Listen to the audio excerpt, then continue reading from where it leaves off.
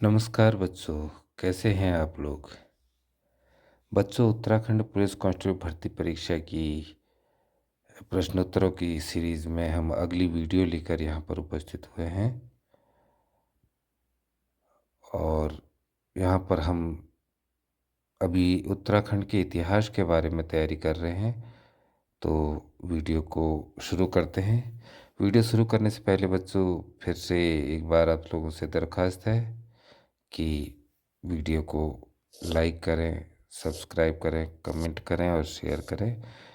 Comment करें ताकि जो है मैं इसे और सुधार सकूं, और सब्सक्राइब करें ताकि मेरी अगली वीडियो की नोटिफिकेशन आप तक जल्दी से जल्दी पहुंच सके। तो चलिए शुरू करते हैं बच्चों।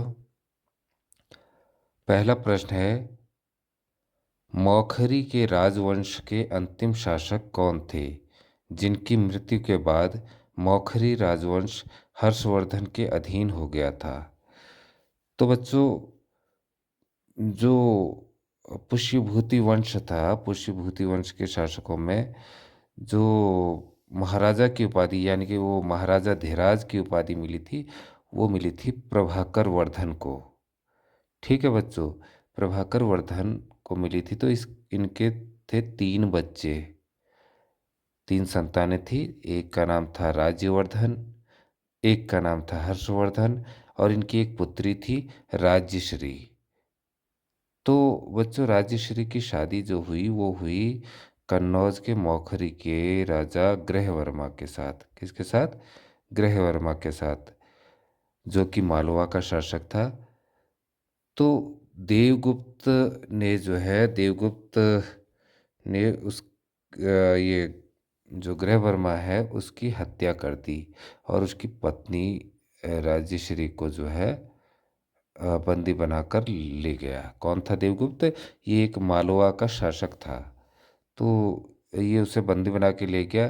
तो राज्यश्री को किसी तरीके से उसके भाई जो हर्षवर्धन था उसने उसके चंगुल से बचा लिया देवगुप्त के। और अंत में राज्यवर्धन, जो उसका दूसरा भाई था राज्यश्री का, उसने जो है इसकी हत्या कर दी। ठीक है, किसकी? देवगुप्त की।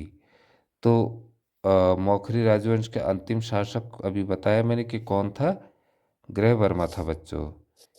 इसी के साथ हर्षवर्धन की बहन राज्यश्री, हर्षवर्धन और राज्यवर्धन दो भाई थे, इनकी बहन थी राज्यश्री, उसकी का विवाह ग्रहवर्मा के साथ हुआ था। ठीक है, बाद में इसके मरने के बाद हर्षवर्धन के अधीन हो गया इसका राजवंश। अगले प्रश्न में चलते हैं बच्चों। अगला प्रश्न है हमारा कि प्रथम प्रथम शताब्दी ईसा पूर्व में कुनिंद शासक अमोघ भूति की मृत्यु के पश्चात मैदानी क्षेत्रों पर किस वंश के शासक ने अधिकार कर लिया? ठीक है बच्चों। तो जो है बच्चों, अमोघ भूति जो था वो दूसरी शताब्दी से ईसा पूर्व के अंत से पहली शताब्दी ईसा पूर्व तक जो है उसने उत्तर भारत में कुनिंद साम्राज्य को जो है एक प्रभावशाली और एक ताकतवर शक्तिशाली जो है राजा था वो। तो उसने इस पर अपना शासन किया। तो इसने जो है कांस्य और जो है चांदी के सिक्के चलाने का भी प्रचलन इसी ने शुरू किया बच्चों। ठीक है, किसने? अमोघ भूति ने। और जिसमें जो है देवी और मृग का चित्र अंकित था, ये मैंने पिछली वीडियो में आपको बताया था। और जो शक वंश था बच्चों, वो शक कहाँ से आए थे? वो मध्य एशिया से आए हुए थे, खाना बदोश लोग थे।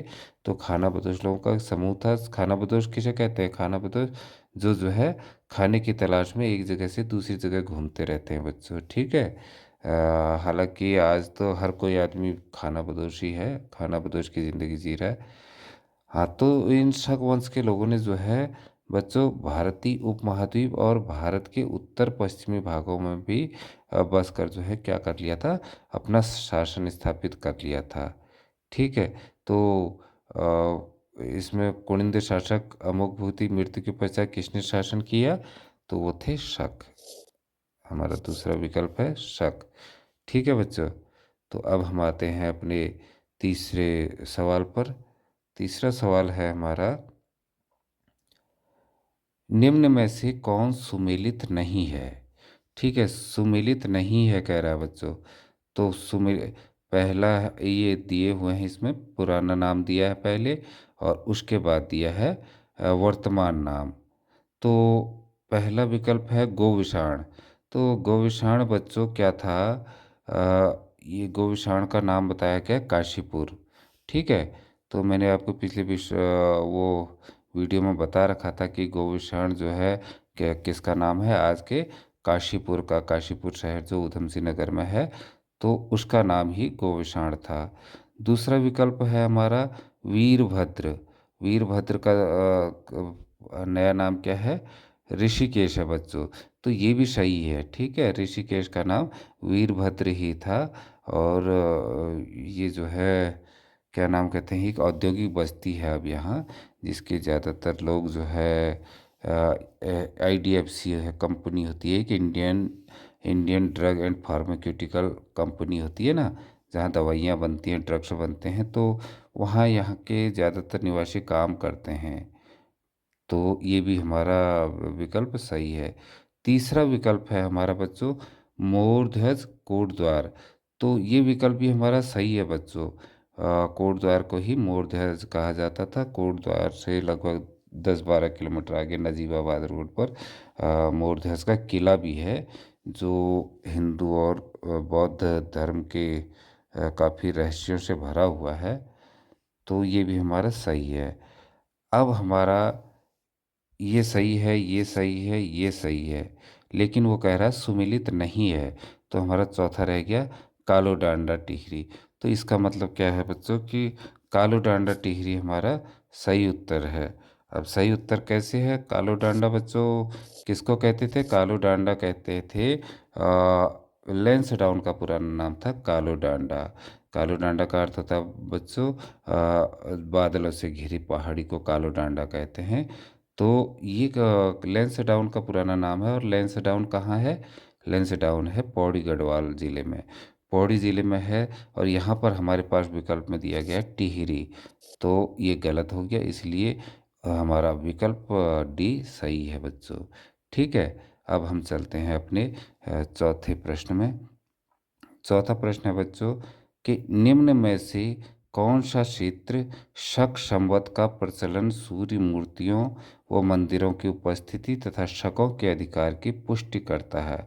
तो ये हम अभी तक पढ़ ही रहे हैं बच्चों। तो इसमें जो है कुमाऊं क्षेत्र है जो हमारा, वो जो है इन इन चीज़ों की पुष्टि करता है। किन चीज़ों की? शक संपत का प्रचलन, सूर्य मूर्तियों व मंदिरों की उपस्थिति का। ठीक है, ये पुष्टि करता है। अब हम अपने अगले प्रश्न में चलते हैं बच्चों। तो अगला प्रश्न है हमारा, किस शताब्दी के उत्तरार्ध में कन्नौज के मौखरी राजवंशों ने नागों की सत्ता समाप्त कर उत्तराखंड पर अपना अधिकार कर लिया? तो बच्चों ये छठी शताब्दी में, इस कौन सी शताब्दी में? छठी शताब्दी में जो है मौखरी राजवंश जो है उसने जो है नागवंश की सत्ता को समाप्त कर दिया था और उत्तराखंड पर अपना अधिकार जमा लिया था। अगले प्रश्न में चलते हैं बच्चों। हमारा छठा प्रश्न है, क्या है? उत्तराखंड के विघटन काल में, विघटन काल किसे कहते हैं? जब उसका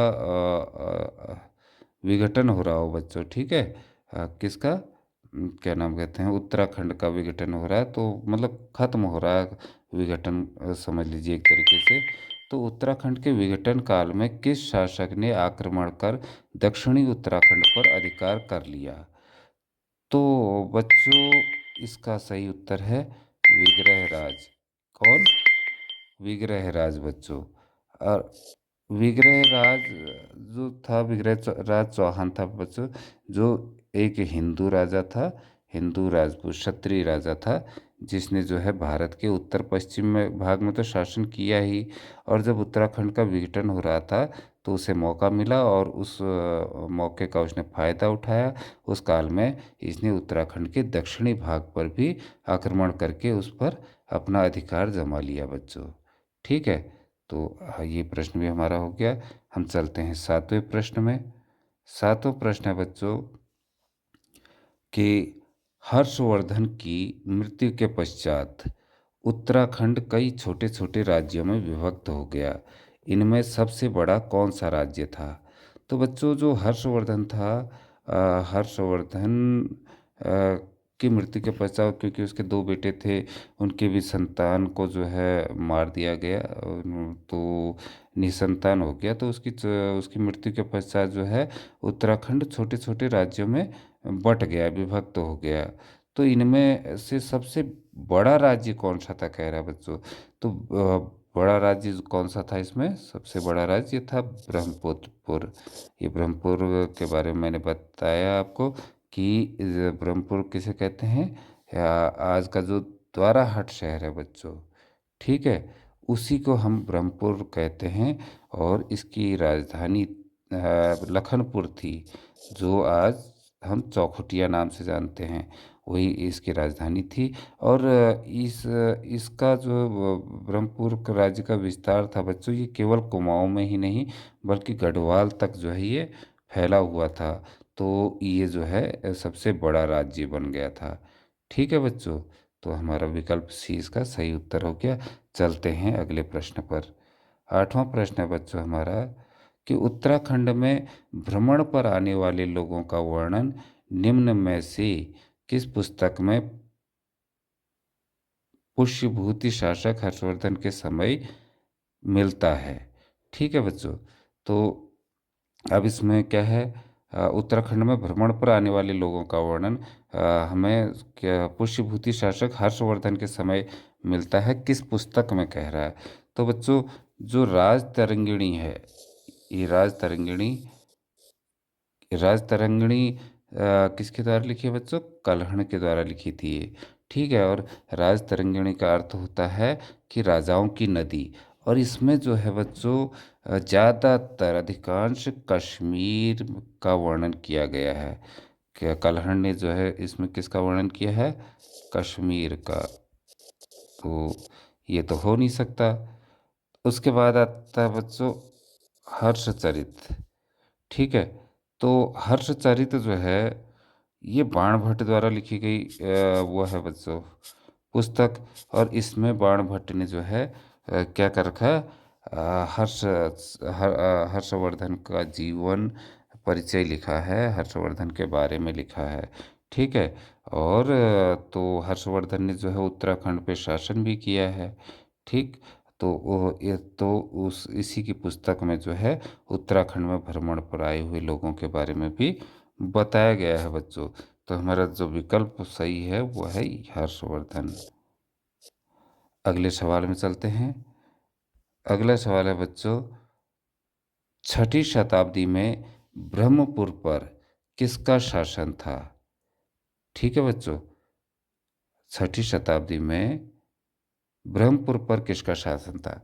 अब ब्रह्मपुर क्या था, कौन सी जगह थी, मैंने बताया बच्चों द्वाराहट को ही ब्रह्मपुर के नाम से जाना जाता था।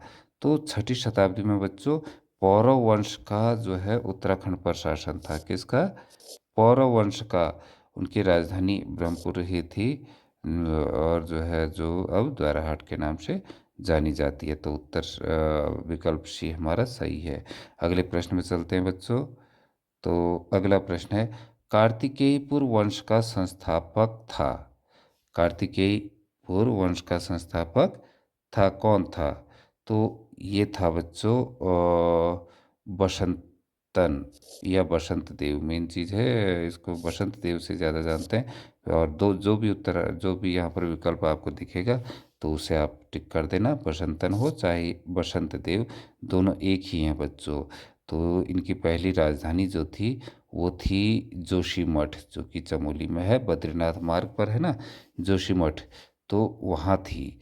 बाद में जो है इन्होंने क्या कहाँ उसे स्थानांतरित कर दिया, कत्यूर घाटी, किसको कहते हैं? बैजनाथ को कहते हैं। तो इनने अपनी राजधानी कहाँ से कहाँ बदली करके अगर आता है कत्यूर वंश के शासकों ने, तो वो कहाँ से बदली जोशीमठ से लाए वो बैजनाथ। ठीक है बच्चों, तो उत्तर ए हमारा सही हो गया। अगले प्रश्न में चलते हैं। अगला प्रश्न है बच्चों कि किस भारतीय शासक का उत्तराखंड के एक पर्वतीय राजकुमारी से विवाह का उल्लेख मिलता है? तो बच्चों जो है, देखो, अशोक इसमें नहीं है, पुष्यमित्र नहीं है, समुद्रगुप्त नहीं है, हर्षवर्धन इसका सही उत्तर है बच्चों। हर्षवर्धन जो है उसकी पत्नी का नाम दुर्गावती गौड़ था, और वो जो है एक पर्वतीय राजकुमारी थी। तो यहाँ पर मैंने पहले भी बोला था, इसकी दो संतानें थी जिनकी हत्या कर दी गई थी, बाद में निसंतान कर दिया गया था उसे। तो आपका हर्षवर्धन जो है सही उत्तर है बच्चों। ठीक है, अगले प्रश्न में चलते हैं। 12वां 12वां प्रश्न है बच्चों कि लक्ष्मीदत्त जोशी के अनुसार कार्तिकेयपुर के शासक मूलतः कहाँ के निवासी थे? ठीक है, तो इतिहासकार जो हैं लक्ष्मीदत्त जोशी, उनके अनुसार कार्तिकेयपुर के शासक मूलतः कहाँ के निवासी थे? तो कहाँ के थे बच्चों? ये जो कार्तिकेयपुर के शासक आए थे, ये आए थे अयोध्या से। ठीक है, मूल निवास इनका कहाँ था? अयोध्या था बच्चों। तो अगले प्रश्न पे चलते हैं। कार्तिकेयपुर राजाओं के इष्ट देवता कौन थे? बच्चों, नाम से ही स्पष्ट हो रहा है कि कार्तिकेयपुर के देवताओं के क्या नाम कहते हैं, राजाओं के इष्ट देवता कौन होंगे? वो थे कार्तिकेय। और इनकी जो मुद्राएं थी उसमें भी इन्हें युद्ध के देवता भी जाना के नाम से भी जाना जाता है, कार्तिकेय को। तो उनकी चित्र इनके मुद्राओं में अंकित रहते थे। ठीक है बच्चों, तो इनकी इष्ट देवता का भी हो गया। अगले प्रश्न पर चलते हैं। 14वां 14वां प्रश्न है हमारा कि राजा खरपरदेव किसके समकालीन थे? राजा खरपरदेव किसके समकालीन थे? तो बच्चों, ये जो खरपरदेव वंश की स्थापना हुई थी, इसकी स्थापना खरपरदेव राजा खरपरदेव ने ही की थी। ठीक है, खरपरदेव एक वंश था। तो एक साम्राज्य था जिसकी जो है स्थापना भी खरपरदेव ने की थी। और उनके समकालीन जो थे वो थे वर्मन वंश के। वर्मन वंश, अब वर्मन वंश कहा मैंने तो आपको पता लग जाना चाहिए कि जो है कौन होगा इसका सही उत्तर, क्या होगा इसका? हर्षवर्धन नहीं हो सकता, वर्धन वंश का है। ठीक है, तो यशोवर्मन हुआ इसका सही उत्तर बच्चों। कौन हुआ? यशोवर्मन। चलते हैं अगले प्रश्न पर। अगला प्रश्न है बच्चों, कार्तिकेयपुर का अंतिम कत्यूरी राजा था? ठीक है, कार्तिकेयपुर का अंतिम कत्यूरी राजा वो था, कौन था बच्चों? वो था सुभिक्ष राजदेव। सही उत्तर है सुभिक्ष राजदेव। अगला प्रश्न चलते हैं। खरपर देव वंश का अंतिम शासक कौन था? तो अभी हमने पढ़ा कि जो है कार्तिकेयपुर का अंतिम शासक, तो सुभिक्ष राजदेव के बाद कार्तिकेयपुर का शासन समाप्त हो गया। और खरपर देव वंश का अंतिम शासक जो था बच्चों, वो था आपका त्रिभुवन राज। इसके पश्चात जो है खरपर देव का वंश का भी अंत हो गया बच्चों। ठीक है, अगले प्रश्न चलते हैं। कार्तिकेयपुर राजवंश की राजभाषा क्या थी बच्चों? तो इनकी राजभाषा क्या थी? संस्कृत थी। ठीक है, तो सही विकल्प बी है। और नेक्स्ट क्वेश्चन चलते हैं। 18वां प्रश्न है बच्चों, कार्तिकेयपुर राजवंश के किस शासक को शत्रुंता भी कहा जाता है? ठीक है बच्चों, तो शत्रुंता यानी कि शत्रुओं का अंत करने वाला, तो वो किसे कहा जाता था बच्चों? निम्बर को कहा जाता था। किसको? निम्बर को। तो ये था कार्तिकेयपुर राजवंश का शासक जिसे शत्रुंता कहा जाता था। अगले प्रश्न में चलते हैं। हमारा अगला प्रश्न है बच्चों, किस पुस्तक में कश्मीरी राजा ललितादित्य मुक्तापीठ द्वारा गढ़वाल क्षेत्र जीतने का उल्लेख मिलता है? बच्चों देखो, ध्यान देना, कश्मीरी राजा। ठीक है, कौन है? कश्मीरी राजा ललितादित्य मुक्तापीठ। तो ललितादित्य मुख्य हर्षचरित, हर्ष का वर्णन करता है। ठीक है, बाणभट्ट द्वारा लिखा है। मैंने अभी थोड़ी देर पहले बताया कि राज तरंगिणी जो है ये कल्हण द्वारा लिखी गई थी। और जो है इसमें किसका वर्णन है? कश्मीर का वर्णन ज़्यादा है। तो इस ये राजा भी हमारा कहाँ का है? कश्मीर का है, कश्मीर ललितादित्य मुक्तापीठ। तो हमारा सही विकल्प हो गया राजतरंगिणी बच्चों। ठीक है, अगला लास्ट प्रश्न चलते हैं हम अपना अंतिम प्रश्न। कार्तिकेयपुर राजवंश प्रारंभिक राजधानी थी, कार्तिकेयपुर राजवंश की प्रारंभिक राजधानी थी। तो ये भी मैं बच्चों आपको बता चुका हूँ इससे पहले ही इसी वीडियो में, कि जो है कार्तिकेयपुर राजवंश ने सबसे पहले अपनी राजधानी बनाई थी जोशीमठ चमोली। ठीक है, यहाँ से इनने स्थानांतरित की थी अपनी राजधानी बैजनाथ या कत्यूर घाटी या बैजनाथ। ठीक है, तो प्रारंभिक राजधानी पूछा है, प्रारंभिक राजधानी जोशीमठ थी। चमोली बद्रीनाथ मार्ग पर स्थित है, और बद्रीनाथ जाते समय आपको जोशीमठ दिखेगा वहाँ से 35-40 किलोमीटर पहले। तो ये थे हमारे आज के प्रश्न बच्चों, और उम्मीद है कि आप लोगों को ठीक से समझ आए होंगे और आप याद कर सकेंगे, तो आपकी सुंदर भविष्य के लिए ये उपयोगी साबित हो सकें, ऐसी मेरी ईश्वर से प्रार्थना है। और जाने से पहले आप लोगों से बच्चों एक रिक्वेस्ट करूँगा कि जो है आप मेरे इस वीडियो को लाइक ज़रूर कीजिएगा, सब्सक्राइब कीजिएगा और कमेंट कीजिएगा, ताकि मैं इसे और सुधार सकूं, और अधिक से अधिक लोगों को शेयर कीजिएगा। धन्यवाद बच्चों, आपका दिन मंगलमय हो। Bye bye.